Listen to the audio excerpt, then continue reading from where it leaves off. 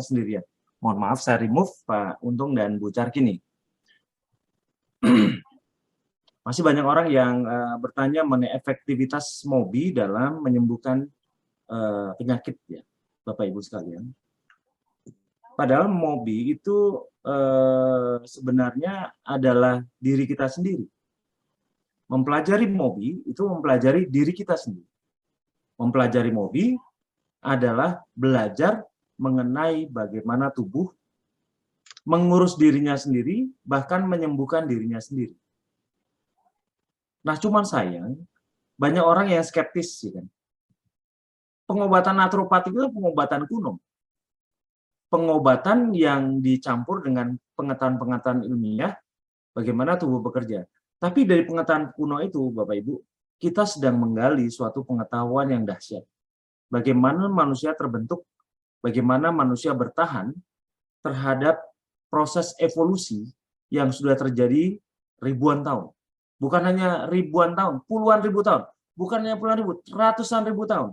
Bahkan mungkin jutaan tahun. Di mana awal mula moyang manusia itu tidak seperti kita. Mungkin lebih ringkih. Mereka tidak mengenal mengenai penyakit-penyakit sekarang. Pada saat makhluk-makhluk lain sudah hilang dan punah, manusia tetap ada. Manusia tetap ada. Dikenallah kita Homo sapiens, ya, manusia modern yang seperti saat ini. Kalau andai kata Bapak Ibu mempelajari mengenai proses ilmiah, proses pertumbuhan manusia, evolusi manusia, maka riwayat manusia sangat panjang. Dan kita adalah manusia-manusia beruntung karena kenapa? Tubuh manusia kita sudah sangat sempurna. Ya, sangat sempurna dalam arti gimana? Kalau andai kata makhluk lain tidak memiliki kemampuan seperti kita memiliki kecerdasan, kita memiliki akal, budi, kita memiliki nurani dan sebagainya, itu adalah suatu perlengkapan yang diberikan Tuhan kepada kita, ya kan? Dan bukan dominasi oleh sekelompok orang saja, bahwa kepandaian, kecerdasan, akal budi, pengetahuan tidak dominasi satu orang saja. Itu adalah hak kita semua. Dan pada dasarnya, pengetahuan-pengetahuan ini harus disebarkan pada semua orang. Agar mereka tahu apa yang harus mereka lakukan apabila mereka mengalami masalah dengan tubuhnya. Apakah karena sakit, apakah karena sesuatu hal yang mungkin di luar dari pengetahuan mereka. Tapi minimal mereka bisa bertahan. Dan itulah adalah naturopati. Naturopati kalau pengetahuan yang lama sekali. Sangat lama. Karena di situ mempelajari bagaimana manusia bertahan terhadap perubahan. Manusia bertahan terhadap semua masalah-masalah di lingkungan. Manusia beradaptasi dengan iklim dingin, iklim panas, perubahan cuaca, gelap terang, kemudian persaingan, kemudian hal-hal lain yang mungkin saya tidak bisa sebutkan banyak karena demikian luasnya manusia menghadapi tantangan mengenai hidupnya.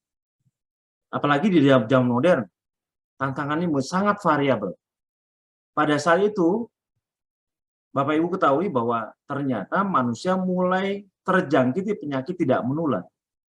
Kalau dulu, pada zaman mungkin ribuan tahun lalu, manusia mati itu disebabkan oleh hal-hal alami.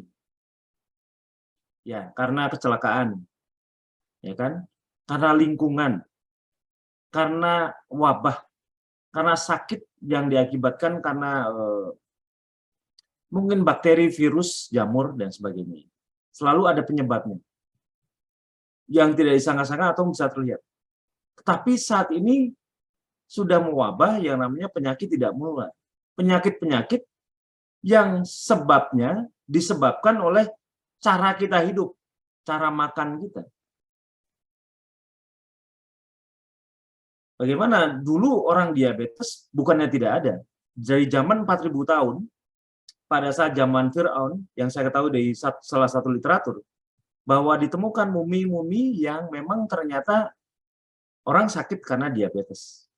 Dan ditemukan, ada. Tapi tidak semua orang, tidak semua orang. Hanya terjadi pada kalangan-kalangan tertentu. Dan biasanya kalangan the have, di mana mereka punya kemungkinan untuk memakan sesuatu lebih banyak, lebih nyaman, lebih enak. Tetapi tidak pada kalangan lain yang mereka makannya terbatas. Pada kalangan yang makannya terbatas, justru tidak ditemukan penyakit-penyakit seperti itu. Dan itu nampaknya berlanjut sampai hari ini. Semakin Indonesia makmur, semakin dunia makmur. Dulu yang saya dengar ya, dari orang-orang tua saya, dari kakek saya, bahwa dulu makan 2 kali sehari itu kemewahan. Rata-rata bahkan makan 1 hari sekali. Dan penyakit tidak menular itu jarang sekali terjadi. Sekali lagi, penyebab kematian selalu tradisional. Karena kecelakaan, karena lingkungan, karena wabah. Selalu, karena tua. Tapi semakin modern kita, penyakitnya makin aneh. Semakin tua umur dunia, tingkat kemakmuran makin tinggi, makan kita tidak cukup lagi 3 kali sehari, bahkan 4 kali sehari. Ada yang saya dengar sampai 5-6 kali sehari, termasuk ngemil ya. Itu luar biasa. Tubuh manusia mulai keracunan dengan makanannya. Itu mirip seperti tikus mati di lumbung padi. Tikus mati di lumbung padi. Artinya dia justru mati karena kebanyakan makanan. Itu sama dengan manusia sekarang. Kemakmuran yang sekarang yang kadang-kadang kita tolak-tolak bahwa mana Indonesia makmur, Indonesia masih miskin. Apabila kita bisa makan lebih dari 3 kali sehari, berarti kita sudah makmur, cukup bagus, sejahtera. Dan itulah asal muasal penyakit kita saat ini. Penyakit tidak menular. Yang selalu dimulai dari diabetes. Diabetes, kemudian berlanjut ke 5 penyakit yang selalu mengikuti. Dan itu bisa berlanjut lagi ke penyakit-penyakit tidak menular lainnya. Bapak Ibu sudah tahu apa yang saya maksud saja ya. Nah, naturopatik membuat kita tersadar bahwa ada sesuatu yang salah dengan pola-pola makan ini begitu saya sampaikan atau kami para mentor sampaikan bahwa tubuh kita terdiri dari protein dan karbohidrat itu hanya sebuah sumber tenaga yang digunakan seperlunya saja. Apabila berlebihan, maka karbohidrat akan membunuh kita perlahan. Sakitnya tidak hari ini.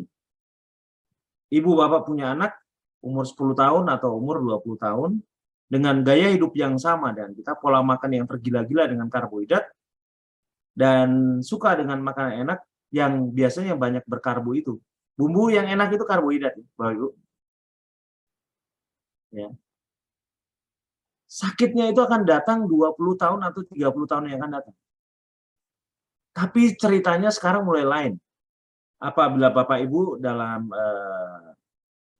di DOL ataupun di MOBI secara umum, Bapak Ibu sudah mulai menemukan banyak orang yang sakitnya bergeser usianya. Dari usia-usia tua menjadi usia-usia dewasa dan muda. Dulu orang diabetes biasanya pada saat usia 50, 60, 70 ya. Sekarang bergeser. Dari 40 ke 30, bahkan sekarang ada yang namanya umur di bawah 10 tahun sudah sakit diabetes. Menyedihkan Bapak Ibu. Nah, oleh karena itu MOBI dalam hal ini tentu saja saya merasa berpikir bahwa ada sesuatu yang seharusnya bisa menolong mereka tanpa harus menguras uang mereka, tanpa harus menguras sumber daya mereka. Karena sakit ini datangnya lama dan sembuhnya nyaris tidak mungkin dan menguras dan bahkan memiskinkan seseorang. Apabila satu orang diabetes satu rumah, dia kadang-kadang bukan hanya miskin, menghancurkan keluarga itu. Menghancurkan keluarga itu. Hal ini sering tidak disadari karena berhubungan dengan kenikmatan. Makan itu adalah kenikmatan, sangat privacy. Bagi orang nikmat, bagi kita tidak, mungkin berbeda pendapat. Makanya pada saat seseorang berusaha diganggu pola nikmatnya, itu biasanya mereka akan menolak. Mereka akan menolak. Sama seperti kayak Bu Ningsih. pada saat Bu Ningsih menyampaikan jangan begini loh, jangan begitu. Lihat kejadian saya dan sadarilah ada sesuatu yang harus perlu dirubah. Tapi orang lain akan berusaha mengelak. Kenapa? Menghindari kenikmatan, mengurangi kenikmatan tidak menyenangkan. Menyenangkan sesuatu yang nikmat dan menyenangkan itu memabukkan Bapak Ibu. Dan karena memabukkan, banyak orang yang merasa lebih senang sama seolah-olah senang dengan penyakitnya. Karena berhubungan dengan makanan yang mereka makan. Membius mereka. Makanya selalu dibilang bahwa oh ya, karbohidrat itu mirip seperti narkoba yang kekuatan adiktifnya, kemampuan untuk membuat kita tercandu, tergila-gila, itu sampai 5 kali kekuatan narkoba. Serem ya? Dan ini sedang terjadi. Dan masyarakat, mungkin dia tahu bahwa itu bisa membuat mereka sakit, tapi mereka seolah tidak mau tahu. Tugas kita, Bapak Ibu sekalian, yang Anda semua ikut di MOBI ini adalah turut membantu sesama agar mereka tersadar, mengurangi kenikmatan di mulut. Kalau andai kata dulu kita banyak bicara mengenai soal makanan, apa yang kita masukkan ke dalam makanan, ke mulut kita, ya kan, minuman yang kita masukkan ke mulut kita. Bapak Ibu juga pasti sudah menyadari bahwa oh ternyata diabetes juga berjangkit pada orang-orang yang menjadi pelaku-pelaku dunia usaha yang penuh dengan persaingan. Yang kadang-kadang membuat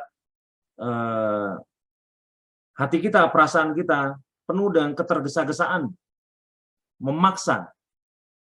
Dan itu ternyata Bapak Ibu sudah tahu mengenai gluconeogenesis. Terjadinya perubahan kimia darah, komposisi kimia darah kita yang terjadi karena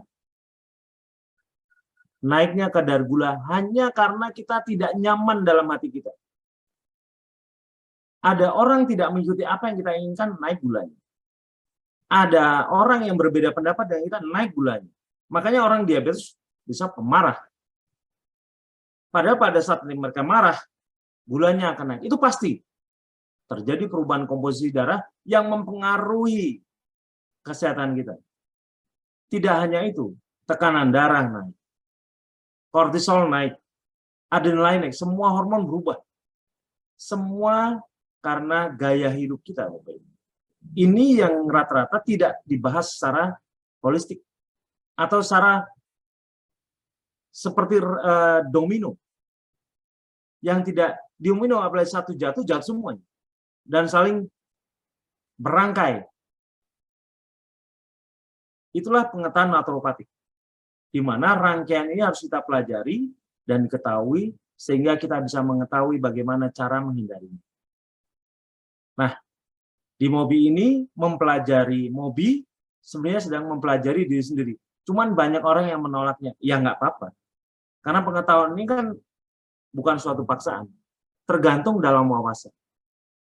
Semakin wawasan Anda luas dalam naturopatik versi MOBI, maka kita sedang mempelajari seluas mungkin tentang diri kita, bagaimana kita sehat, bagaimana kita sakit, dan bagaimana kita menyembuhkannya kembali. Saya rasa itu, Bapak Ibu semua, mudah-mudahan ini memberi manfaat buat Bapak Ibu semuanya, dan membuat Indonesia akan makin terbuka oleh orang-orang yang wawasannya juga terbuka, dan makin sehat, dengan biaya yang semurah mungkin dan semudah mungkin. Terima kasih. Saya kembalikan acaranya ke Bu Mary.